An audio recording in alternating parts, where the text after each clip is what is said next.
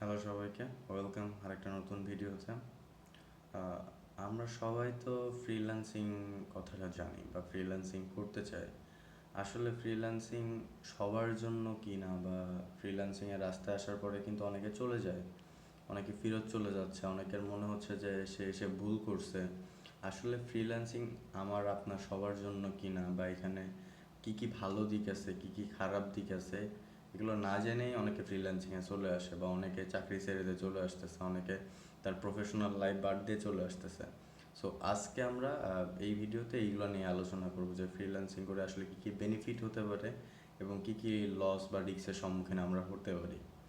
So first of all benefit নিয়ে কথা বলি। ফ্রিল্যান্সিংয়ের প্রথম বেনিফিট হচ্ছে যে আপনি যত খুশি তত ইনকাম করতে পারেন যদি আপনার সেই লেভেলে স্কিল থাকে, যদি আপনি সেই লেভেলের প্রফেশনাল হন, তাহলে আপনার ইনকামটা ওই লেভেলেরই হবে যে লেভেলে আপনি কখনো ভাবেনও নি। একটা চাকরি করে সেই লেভেলে হয়তো আপনি 10-20 বছরে অত ইনকাম করতে পারবেন না, যতটা ফ্রিল্যান্সিংয়ে আপনি শর্ট টাইমে ইনকামগুলো করে ফেলতে পারবেন।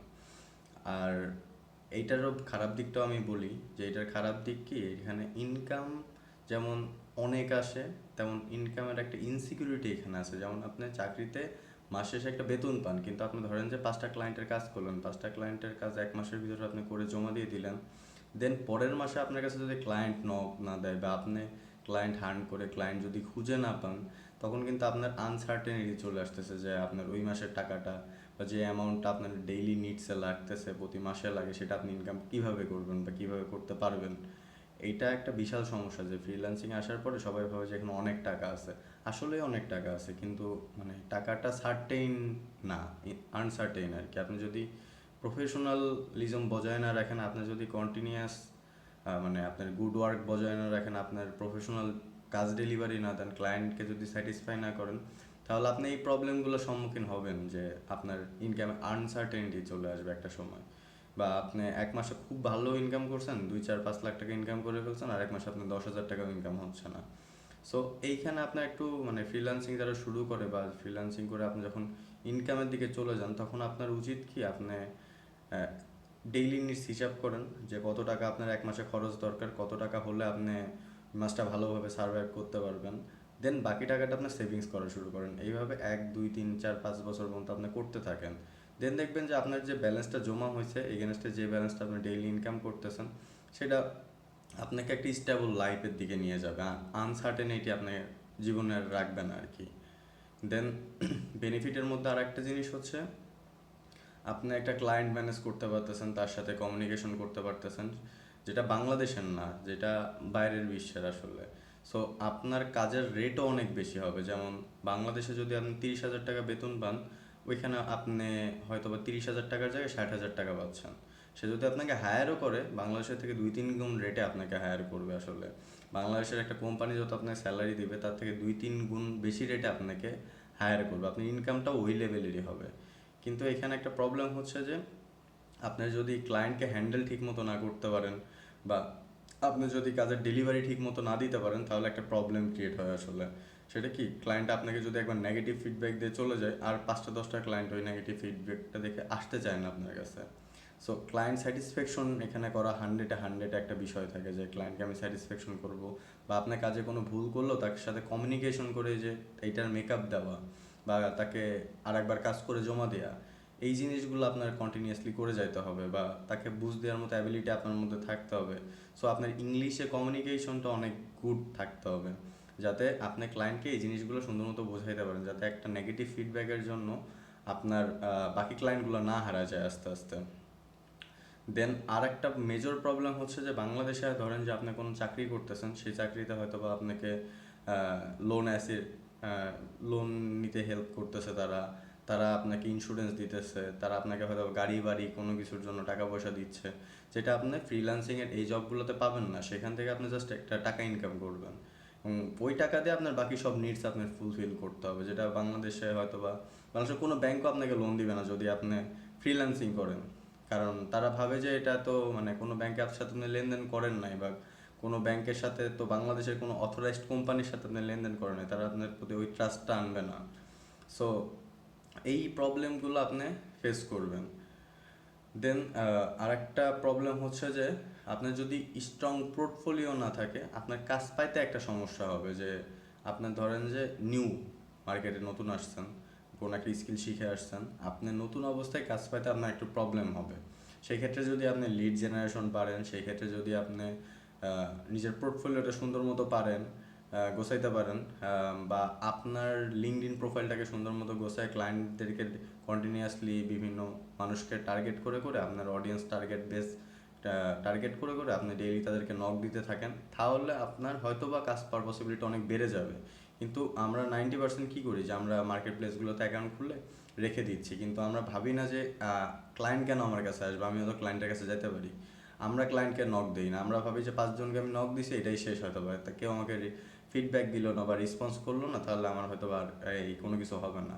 এভাবে তো আসলে হয় না। হয় কীভাবে, যে আপনি 1000 জনকে নক দিবেন, 5000 জনকে নক দিবেন, দেন তার মধ্যে থেকে 5টা ক্লায়েন্ট আপনার হবে, বা 1000 জনের মধ্যে থেকে 2-3টা ক্লায়েন্ট আপনার হবে।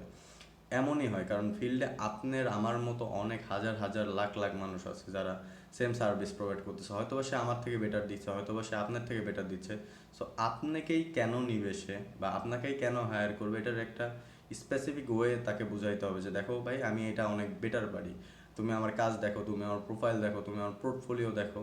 এই জিনিসগুলো সব কিছু তাদেরকে বোঝাইতে হবে, তাহলে আপনার ইনকামটা সিকিউরিটির দিকে যাবে। আর আপনি যদি জাস্ট ভাবেন যে আমি প্রোফাইলগুলো বসে আছি, আমার কাছে অটোমেটিক কাজ আসবে, এটা আসলে কখনোই সম্ভব না। দেন ফ্রিল্যান্সিংয়ে আরেকটা মজার দিক হচ্ছে যে আপনি যখন খুশি তখন কাজগুলো করতে পারবেন। ধরেন যে একটা ক্লায়েন্ট আপনাকে কাজ দিল এবং তার থেকে আপনি 5 দিন সময় নিলেন, এখন এই 5 দিনের মধ্যে আপনি দিনের বেলা করবেন না রাতের বেলা করবেন, বা লাস্টের দিনে যায় আপনি কাজ করে ডেলিভারি দিবেন কেন, এটা সে দেখতে আসবে না। সে আপনার থেকে কাজটা ডেলিভারি নেবে, এটা হচ্ছে মেন কথা। সেইটা দেখতে আসবে না যে আপনি কখন করছেন, কতক্ষণ অ্যাক্টিভ ছিলেন, এইগুলো সে কখনোই যাচাই বাছাই কিছুই করতে আসবে না। সো এইখানে একটা ব্যালেন্স লাইফ আপনার মধ্যে থাকতেছে, যে আমি এই টাইমে কাজটা করব বা এই টাইমে কাজটা করব, আমার ফ্রি টাইমে কাজটা করব, যেটা নর্মাল জবের ক্ষেত্রে হয় না। জবের ক্ষেত্রে আপনার ফিক্সড একটা টাইম থাকে, 8 ঘন্টা বা 6 ঘন্টা আপনার অফিস করতে হয়। বাংলাদেশি কালচার অনুযায়ী বিভিন্ন টাইম শিডিউল তো থাকে, যে আমাদের 8 ঘন্টা বা ওভার টাইমও চাইলে করতে বলতে পারে তারা, যে ওভার টাইম করতে হবে। সো ফ্রিল্যান্সিং এই সুবিধাটা আছে। আর সেলফ কন্ট্রোল আপনি করতে পারবেন, যে আমি এই কয়টার সময় উঠবো, এই কয়টার সময় ঘুমাবো, আপনার একটা লাইফের রুটিনে আপনি আনতে পারবেন ফ্রিল্যান্সিং করে। আর ইনকামের তো অ্যাসুরেন্স আপনাকে বললাম যে ইনকাম অ্যাসুরেন্স আছে, কিন্তু সেটা আপনাকে ব্যালেন্স করে নিতে হবে, যে আমার অতিরিক্ত ইনকাম হচ্ছে, আমি অতিরিক্ত খরচ না করি, আমি টাকাগুলো সেভিংসে করি, বা আমি টাকাগুলো আবার কম্পাউন্ড ভাবে ইনভেস্টমেন্ট শুরু করি, বা সামথিং আমি একটা জায়গায় রাখি যেখান থেকে আমার বেনিফিট আসবে যখন আমার ইনকামটা কম হবে, বা আমার ইনকামটা হচ্ছে না এমন টাইমে ওই টাকা থেকে যাতে আমি সাপোর্ট পাইতে পারি। এই জিনিসগুলো আমাদের নলেজে রাখতে হবে, তাহলে আশা করি মানে ফ্রিল্যান্সিংয়ের জার্নিটা আমাদের অনেক ভালো হবে। আমরা যারা ফ্রিল্যান্সিং করি তারা সবসময় এই যে ম্যাটারগুলো আসলে মাথায় রেখে করি, যে আসলে কি হইতে পারে। আমি তো আপনাকে এই কথাগুলো এমনি এমনি বলতেছি না, আমার বাস্তব অভিজ্ঞতা থেকে আপনাকে বলতেছি যে আসলে কি ঘটে। ফ্রিল্যান্সিং বলতেই যে টাকা, বিষয়টা কিন্তু তা না। ফ্রিল্যান্সারের লাইফে অনেক প্রবলেম আছে, অনেক কিছু তাকে ফেস করতে হয়েছে। আমি আজকে আপনার জন্য ভিডিও বানাচ্ছি, জিনিসটা একদিনে হয় নাই। জিনিসটা আমি এই কথাগুলো একদিনে বলতে পারতেছি না, আমার অভিজ্ঞতা আসতে টাইম লাগছে, দেন আমি আপনার সামনে এমনি উপস্থাপন করতে পারতেছি যে ভাই এটা না এটা, তুমি এটা না এটা করো, দেন তোমার লাইফটা স্টেবল থাকবে।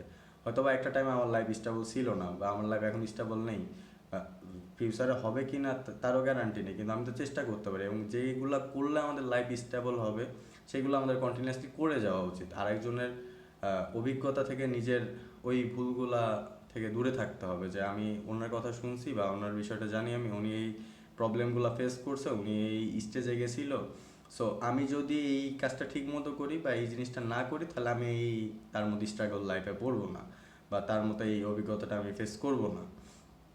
সো এই সবার অভিজ্ঞতা নিয়ে যদি আপনি সামনে আগান, আপনার ফ্রিল্যান্সিং জার্নিটা আসলে অনেক সুন্দর হবে।